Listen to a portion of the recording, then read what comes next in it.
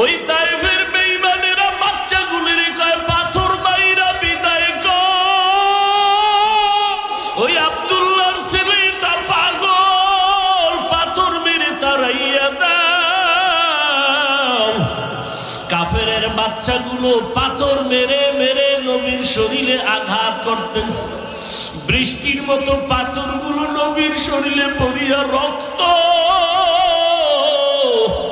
যেই নবীর শরীরে মশা মাছি পড়ে না হারাম, মেঘের খণ্ড ছায়া দেয়, সূর্যের গরম নবীর গায়ে লাগবে, কষ্ট হবে।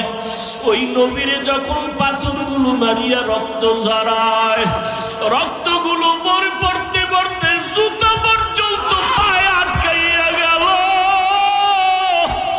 আমার মাওলা ডাক দিয়ে কয়, রে জিবরাইল যাও, আমার নবীর রক্ত সহ্য করতে পারি না, নবীর কান্না সইতে পারি না।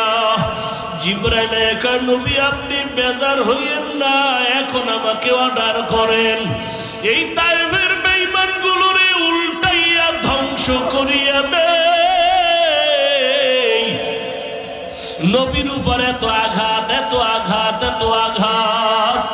নবী একবারও বলে না এদের মারো, বলো। নবী চোখের পানি ছাড়িয়া বলে, ভাই জিবরাইল,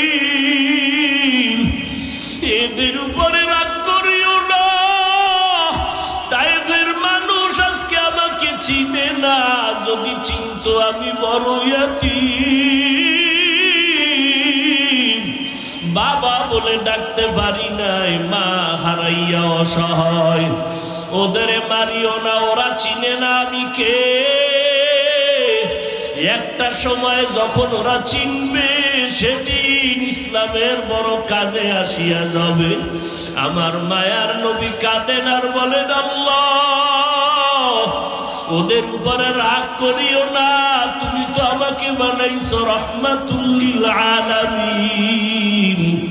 ও নবীর আশিক উম্মতের দল, ওই নবীর মায়া যদি একবার অন্তরে ঢুকাইতে পারো, জীবনে ওই নবীর বিরুদ্ধে তুমি কোনো কাজ করতে পারবা না। আজকে কত নবীর আশিকরা পাগলের মতো হইয়া দৌড়ায়, মায়েরে গালি দিলে কিছু বলে না, বাবার বিরুদ্ধে বললে কিছু বলে না, কিন্তু নবীর ব্যাপারে উল্টা বললে বান্দা সইতে পারে না। জীবন দেওয়ার জন্য বান্দা ময়দানে হাজির হইয়া যায়। ও নবীর